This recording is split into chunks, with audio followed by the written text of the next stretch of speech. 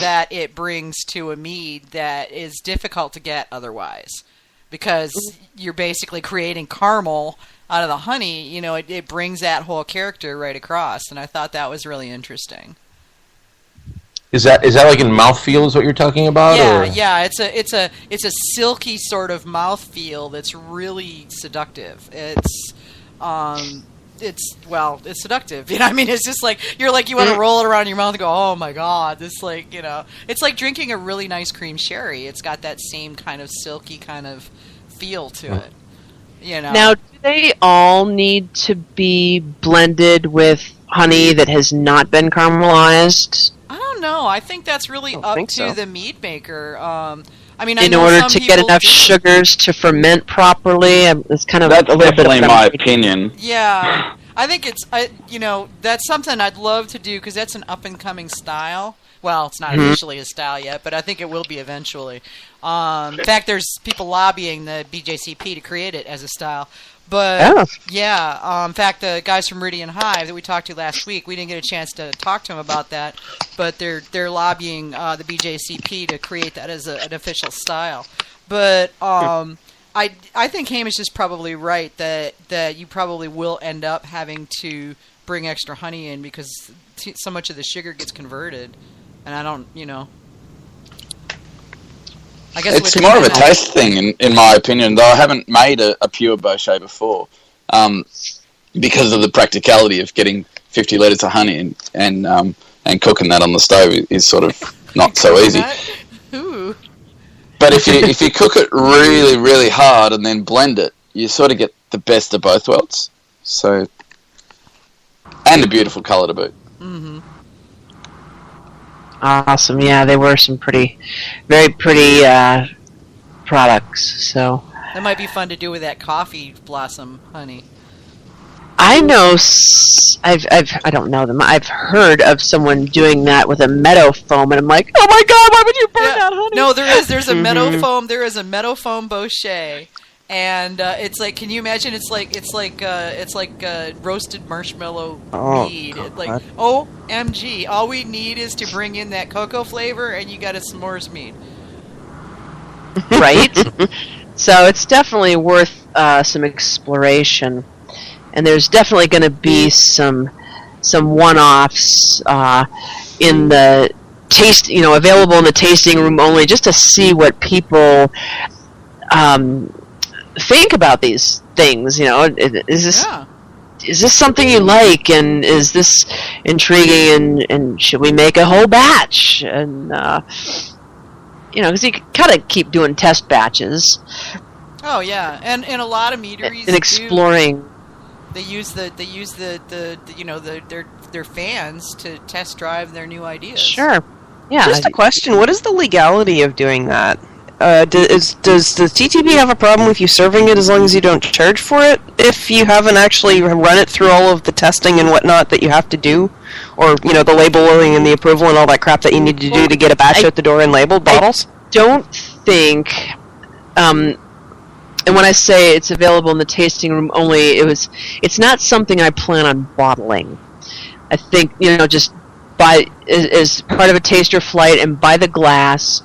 And as long as they have recipe approval, because breweries have one-offs that they do all the time. Yeah, well, they do their Firkin Fridays and so forth. Firkin Fridays, yeah, right. Yeah.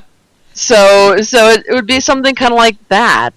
Because you can submit recipes all day long. Those are actually easier to get through than labels, because the TTB is more concerned with what the words say than what's actually in it these days. But oh god, yeah, it's ridiculous. Yeah, they won't let you put just anything in it. But it's the recipe formulation and what you can and can't get away with is fairly well known at this point.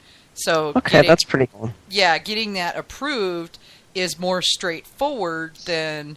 And correct me if I'm wrong on this, Deb, it's more straightforward than getting a label approved, which is usually has 2-3 go-rounds before they go, oh, right, yeah, we said we'd do this. Yeah, I don't know yet, because I haven't even written a copy for my labels yet, okay. Much less submitted them. Yeah, I'm like really behind on that project. Hey, one thing at a time, man. Yeah, right. So yeah, I think that'd be great. I mean, I know a lot of meaderies that they do that same kind of. They do short. Well, Bee Nectar's famous for their quickie runs. They're like, get it while it's hot, come in today, and they'll probably be gone by the end of the day. And it's like a 100-gallon, 50-gallon, 100-gallon batch or something. And of course, they're bigger right now, so they're for them 100-gallon batches, like they clear that out in a half day in the tasting room. Because people are just coming in and going blam, and it's gone. Yeah. Well, Ken Schramm's stuff is gone before it ever gets into the bottles, so he's got it it's all already. Must be doing pre-sales too. Not really pre-sales, just people saying I want X. I don't know if he's actually. I'm not sure the rules around pre-sales, but I do know that he pretty much, at the point in time when he says we're fixing to come out with Black Agnes, that the moment that he opens the doors, it's like boom, and it's gone, and they're like, okay, we can close. You know what I mean? Kind of like Dark Lord Day. Yeah, pretty much, yeah. Okay, I got it. Yeah, I mean, it's just one. There's iconic meads, just like there's iconic brews that Heart of Darkness. No way in hell you're going to get your hands on a bottle of it unless you have friends in high places. The only way I got my hands on a bottle is because I begged Ken for a year, and then he very nicely held back a bottle from one of his vintages and sold it to me. And I mean, it's like I didn't get it. I had to buy it just like anybody else. But it was right. He knows that I can't get to his place, but maybe once a year if I'm lucky. And that being there, just happening to be there on the day when he rolls out a batch. That's not going to happen. It's slim to none, yeah. Yeah, slim to none, because it usually happens right around crush time. Because that's his private stock, which means he's harvesting the cherries in mid-July, and then the mead, and the rest of his fruit in August, so the mead doesn't come out until middle of the fall, and I never go to Michigan in the fall. Yeah. So it's, so me being there is, like, never going to happen. So basically I sweet-talked him into holding back a bottle and meeting up with me at the Mazer Cup, and I bought it from him there. But, Excellent. Yeah. Sent him the money beforehand, and then he's just, like, schlepped it out there for me. I've been holding on to it for years. It's going to get drunk on Friday. Oh, good. Can't wait. So excited. But, I mean, it's a good way to do things, get things. So what are you thinking about doing? Are you going to stick with traditionals for the most part for now, or? No, that's just what I've got out of the gate. I'm going to do some melomels. I'm going to do some pie mints. I'm going to do a sizer, and some blended stuff. Blended styles. I'm going to do some things that have a definite Southwest personality. Oh, nice. To them. So, just depends on what I can obtain and when. What comes to my door, what I have available to work with. Since honey is somewhat seasonal, like this year you're not going to really have very much Tupelo apparently, so there won't be a Tupelo mead this year. Yeah, and I've got some linden blossom honey that's local that I've been sitting on for a couple of years waiting to use commercially, and it's been a couple of years since we've had a good bloom, and my beekeeper just called me up a couple days ago and said, hey, I think I'm going to get 70 or 80 gallons or 70 or 80 pounds this year. Do you still want it? I'm like, yeah, I want it, because then maybe I might be able to do a full batch.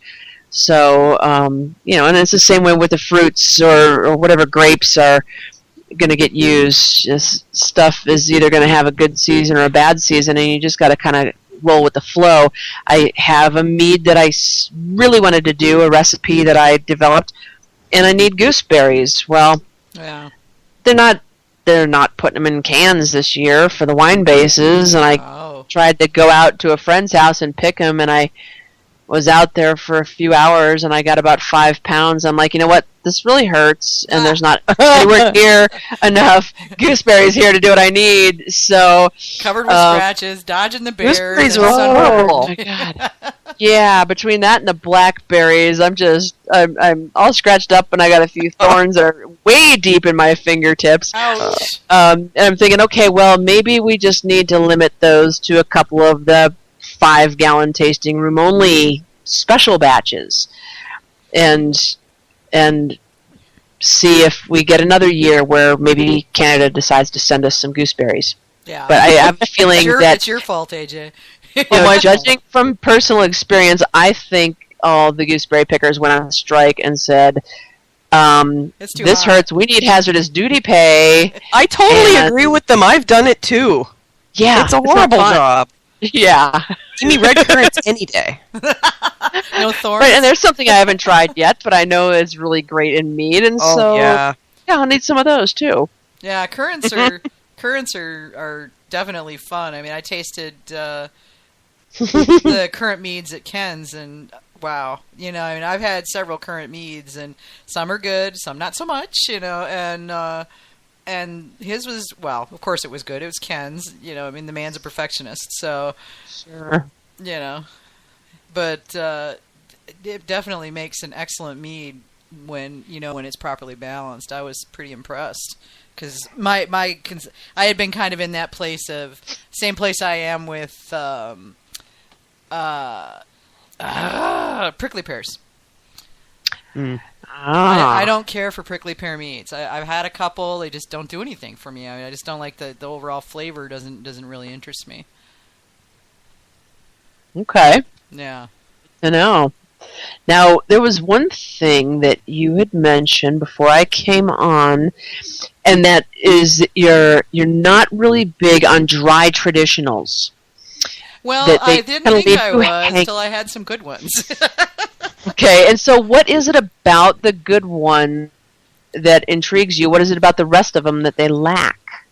Well, I mean, I've been saying for years, and this is one of the reasons why I don't generally like dry traditionals, is in a traditional, and particularly in a dry traditional, and you know this, you've been judging as long as I have, there's no place to hide. There is no place to hide. So any flaw is a glaring flaw. And I have the same problem with Merlots. 80%, in my opinion, 80% of Mo's are crap. I mean, they're just yucky. They're not worth the money that they paid for the bottle, much less what's in it. And so it's there are a lot of okay traditionals out there. On the dry side, but and now granted, I have not tried every single dry traditional mead in the country, not even close. But Sure. But the ones that I have had the opportunity to try, many of whom I have no idea who they belong to because I tasted them while judging, were just okay, or in a not insignificant number of cases, not good. So it can be like that. But like Cellarman's, I was saying. Before we brought you in, I went to Cellarman's in Detroit, or near Detroit, when I was on vacation, and these guys are working out of just a big sort of light industrial building, and they've created a little tasting room in the front that it's pretty down to earth and casual. But I'll tell you what, they are knocking out some bitchin' dry traditional meads. I was floored. They were excellent. They were, and the big thing that I came away with, my big takeaway was balance. They were really all right. Who's crinkling paper? It's like being in kindergarten again, honestly. I know, right? We're gonna have to smack the boys. They're just not behaving. The guys must be bored. Yeah, I know. They were really. It's not Manny's fault. It's always me. It's always him. Yeah. They were. I'm just getting excited because it's almost midday here. It's right. Yard arm and all that. He could see the yard arm from his window. Right.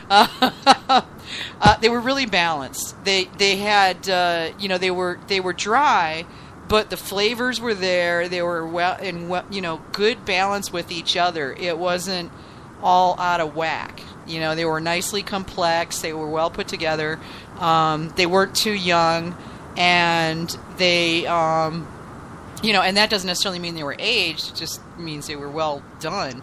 So right. My guess is that they had, and they were working, the back room where they were making the meads was, like a big open, and in that part of Michigan at this time of year, at least this year anyway, it's hotter than crap. I mean, it was hot. We were all relieved to go into the tasting room where there was air conditioning, but